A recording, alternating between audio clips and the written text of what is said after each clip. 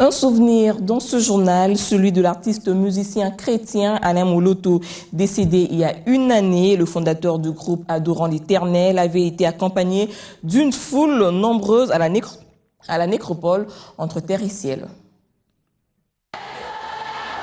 Esplanade du Stade des Martyrs, 13 août 2013. Cette foule rassemblée ici sur cette place ne s'y trouvait pas en spectateur pour une rencontre sportive ou pour un concert. Ce peuple, il y a une année, en larmes, douleur dans l'âme, était venu rendre ses derniers hommages à Alain Moloto. Des personnalités de tout genre, hommes politiques, leaders des confessions religieuses, artistes musiciens chrétiens, profanes, tous avaient tenu à honorer sa mémoire. Une foule difficile à contenir. Il aurait fallu l'intervention des forces de l'ordre pour acheminer la dépouille mortelle à la nécropole entre ciel et terre où il a été inhumé. Là également, la foule ne s'est pas lassée. Encore du monde au cimetière. Cette disparition tellement douloureuse, difficile à accepter pour certains. S'il était possible, Alain Moloto aurait été sorti de son sommeil.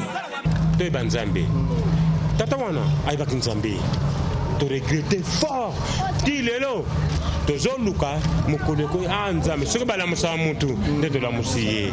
Non, le parcours de l'homme, sa vie, l'exercice de son ministère ont fait de lui un homme qui, à l'exemple de David, a touché le cœur de Dieu. Son départ n'est qu'un sommeil dans l'attente de la venue du Christ. Vous savez, pour nous, la vie chrétienne, pour une personne qui connaît le Seigneur, la mort, comme l'a dit l'apôtre Paul, la mort m'est un gant. C'est à la fois une douleur au fond du cœur, mais à la fois aussi, je me dis, Dieu sait pourquoi il doit prendre son serviteur. D'ailleurs, depuis la mort de notre pasteur, ce que nous disons, nous, quand une personne s'en va comme ça, nous disons, il est entré dans la gloire. Mourir pour lui, c'est un style promotion. Oui, mais les souvenirs, ils sont là. Ce n'est pas demain que nous allons oublier à l'homme ou l'autre.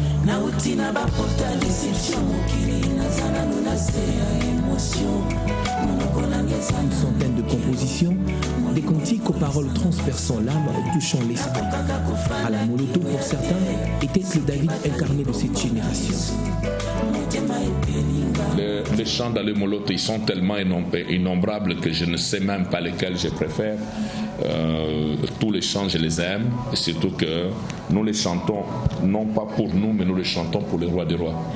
J'ai été très ému par la qualité de l'homme. Sans mentir, personnellement, que ce soit dans la musique profane, c'est-à-dire non chrétienne, que ce soit dans la musique chrétienne, Alain Moloto a une écriture particulière. Il a su écrire ce que les autres n'ont pas pu écrire.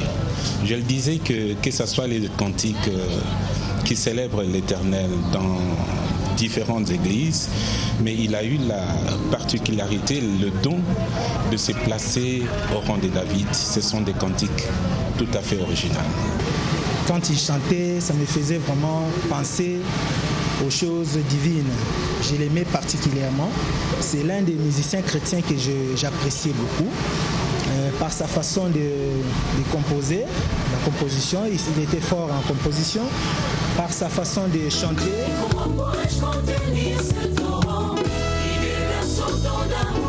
Un bon dirigeant, il a su partager sa vision et l'imprégner en ses collaborateurs.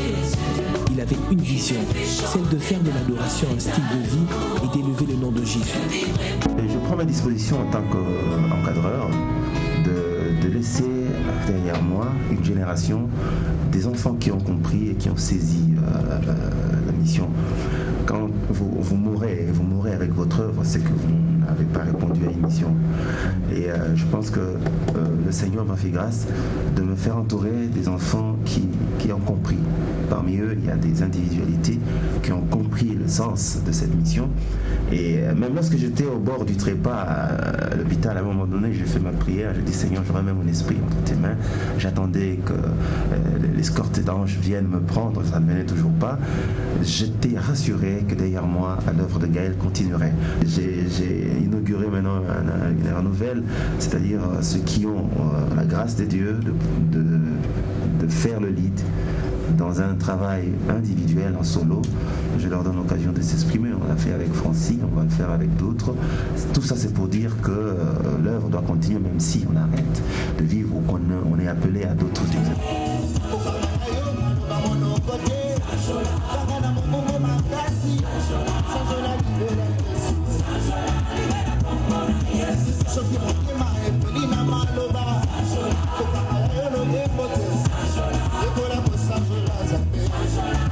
Mission réussie.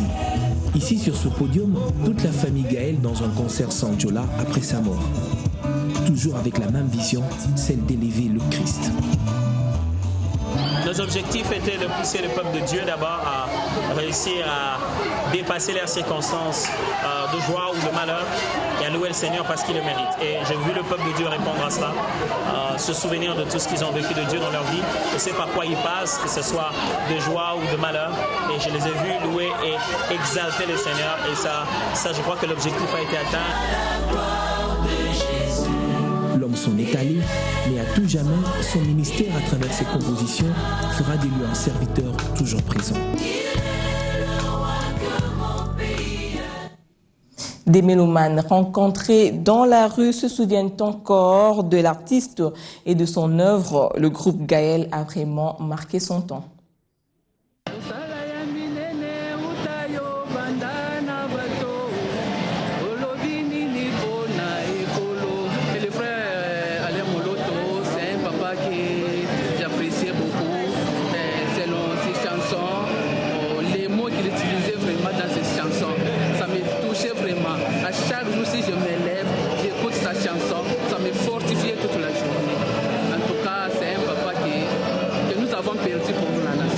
Il a aussi fait quelque chose, approcher les âmes qui trompent de Dieu par sa musique. Sa musique ne libérait pas seulement des sensations émotionnelles, mais c'était des moments où les hommes, nous étions là pour nous accrocher dans la présence de Dieu. C'est un homme bien et je dirais aussi, il a gardé son témoignage. Il n'était pas seulement un musicien, mais un serviteur de Dieu appelé et qui a travaillé dans la musique congolaise, qui a laissé de bons souvenirs. Et parmi ces bons souvenirs, nous voyons d'abord cette génération qui a travaillé à ses côtés. C'est un homme qui était humble de son vivant jusqu'à sa mort. Il est resté humble et le Seigneur l'a glorifié à la fin de sa vie. Nazala lokolayo salete bomoinanga nayayo ezala moko natatola penaye baete yobongi na lokumu. C'était un homme de Dieu qui avait la faculté d'amener les gens dans l'adoration. Nous avons vu cette touche particulière par rapport à toutes ces chansons. Quand il chantait, il ramenait les gens toujours vers le Seigneur. Donc c'est un peu ce qui nous a le plus marqué. C'est un exemple et c'est un conseil que je partage à tout celui qui aura l'opportunité de nous suivre au travers des bureaux. On doit suivre ces bons exemples pour la gloire de Dieu. Voilà. Et en plus, au-delà de ça, c'était un homme intègre.